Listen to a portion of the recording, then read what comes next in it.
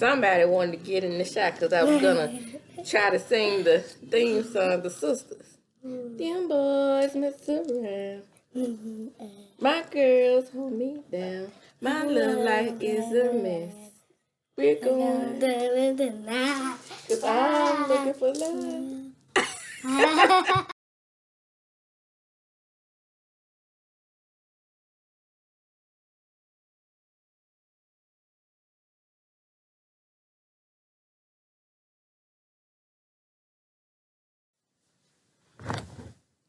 How you doing? In honor of Mother Wendy, this is my episode review of Sisters season 6, episode 25, I believe. And I hope I wrote down. Sometimes when I'm taking my notes, I'm just like doing this, and I don't always get the name of the episode, but it'll be definitely in the thumbnail. Let's see. I put it in here.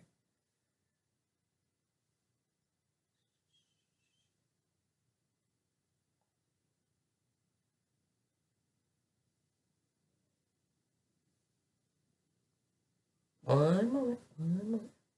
Yes, no, I'm sorry. It's season 6, episode 17. And no, I did not put the name of the episode in the thumbnail, but I can name it myself. I can give it some names. Zack Attack and Fatima knows the truth about Hayden and his spanking brand new wife.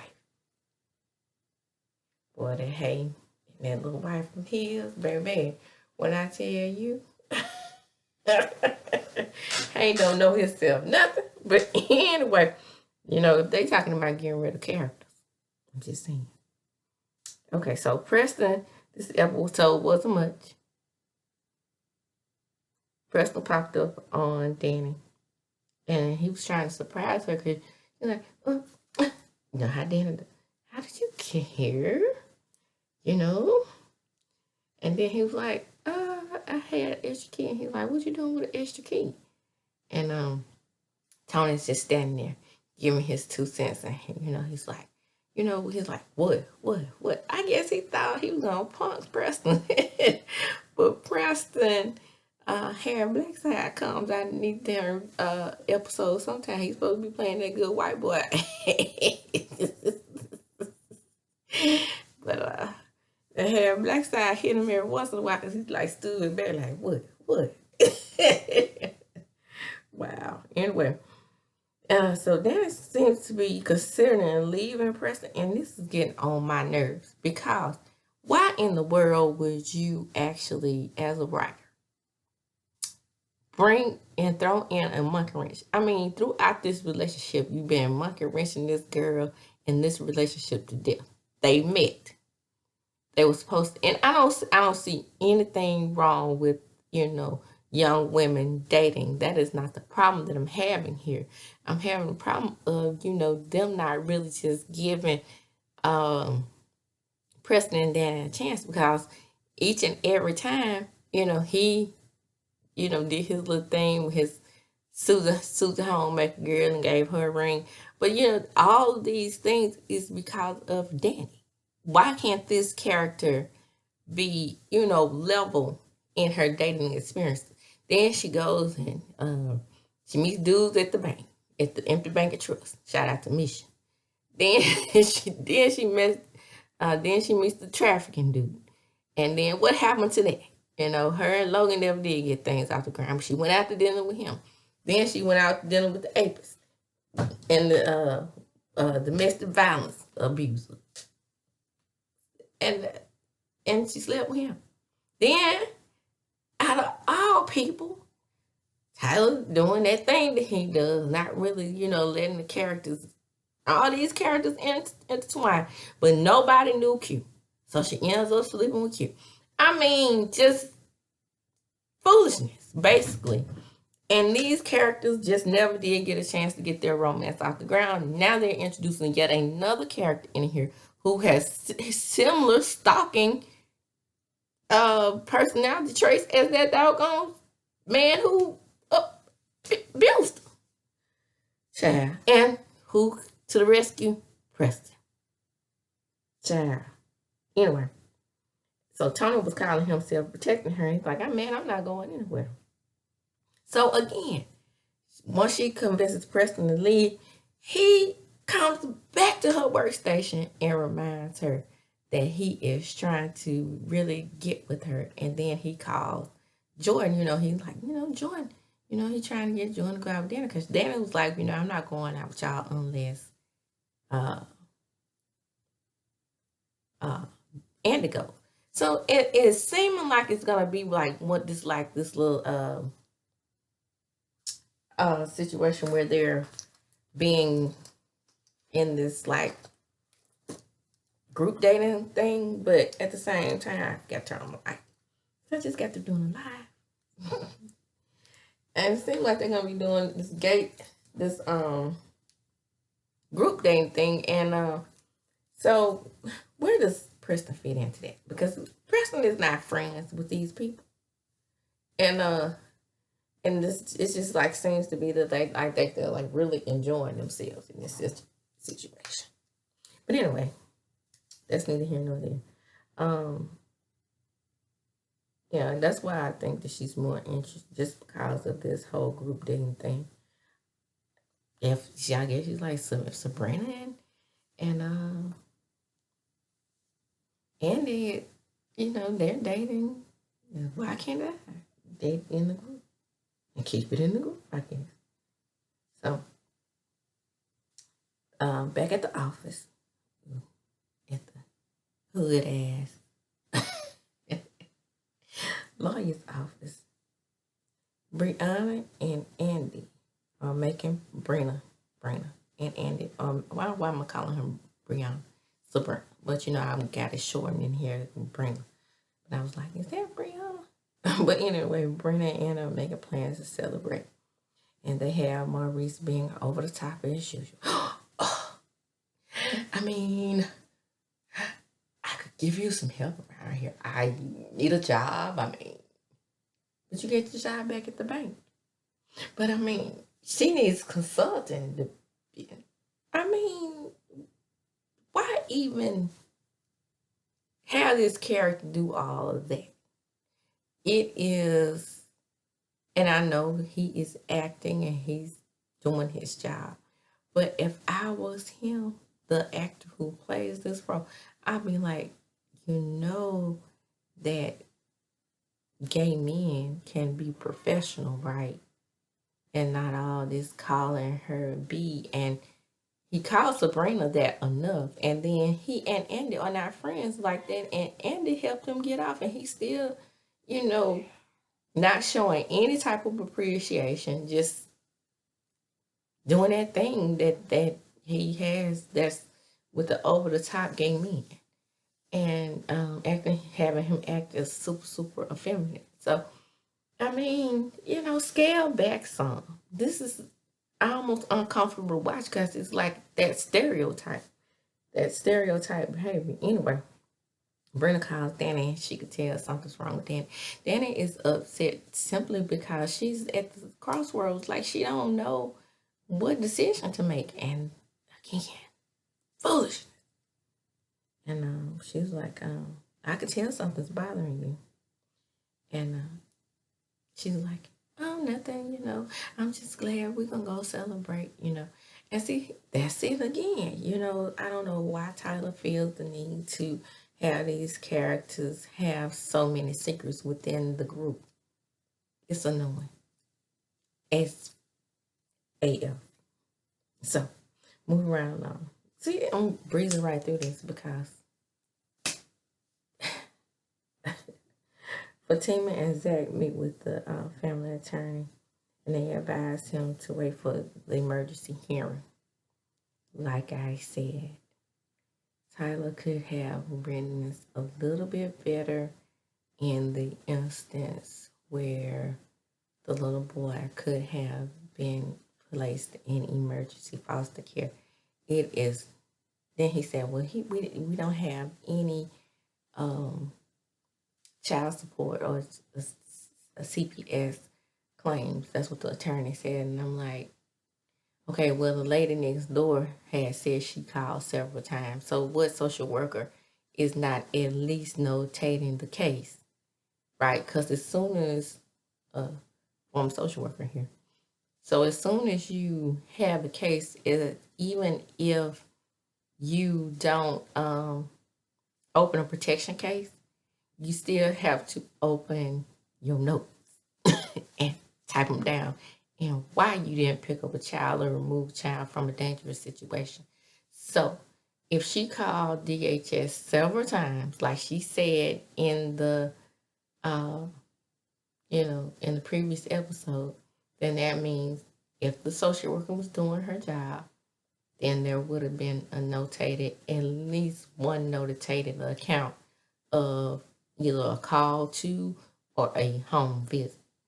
And during that home visit, had she saw bruises, it would have been no way that child would have been returned to the mother. Sorry,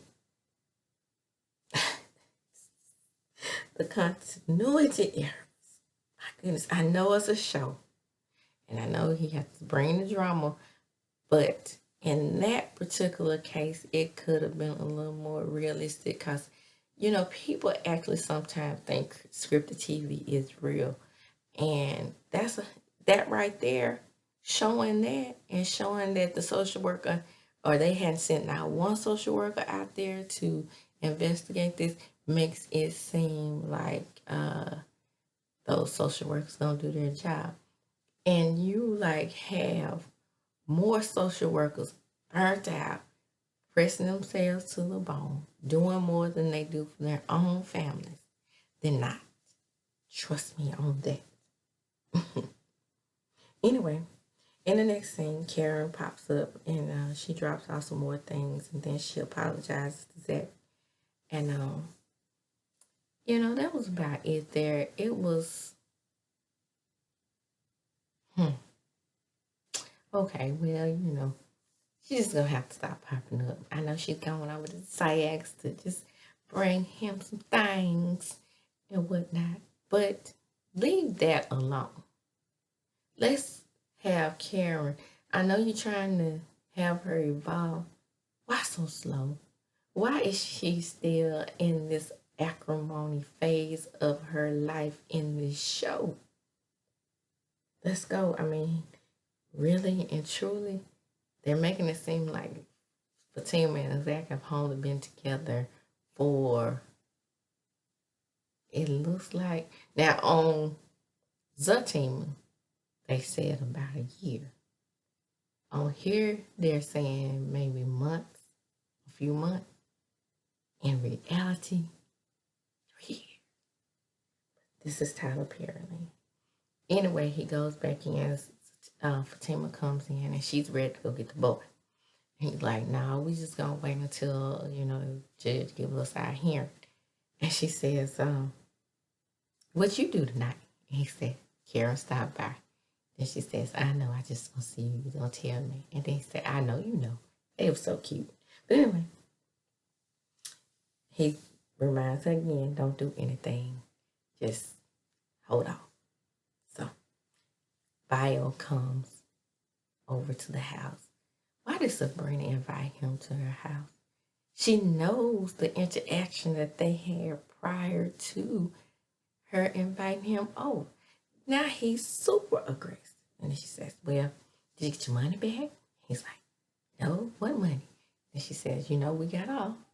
So I'm just making sure you get your money back. And he's over there about to start verbally tearing into her, just assaulting her with his little words. And she told him, well, he said, well, it's time to celebrate. It is time to celebrate. And then she says, no, I'm not going anywhere with you. What night? Tomorrow night? And she says, no, I can't go anywhere with you the way you treated my friend. And Bio becomes belligerent. And he's like, you are a bitch. And he just starts to go off on her. Luckily, kaboom, Danny steps up in the room. And then she's like, well, who's a bitch? And then he says, you Atlanta women, you are all the same. Yes, we are all the same. All women are all the same. If they look at you and try to date you, ignorant ass, then it tells her, you ready to go out? Because she's like, what's that all about? And she's like, nothing, don't worry about it. We got to take care of. I'm just going to give him this money back and we're going to roll with it. And so Danny doesn't go home and change. She's like, girl, I'm just going to put something on you. You think I can, wear some of your clothes? Because if not, I can go back into the car and get my whole bag because I don't really feel like that. The fuck? You need to go home and tell that man that you are interested in the stalker in the van. Period. Or stop stringing him along, leaving him in your apartment while you go out and twirl.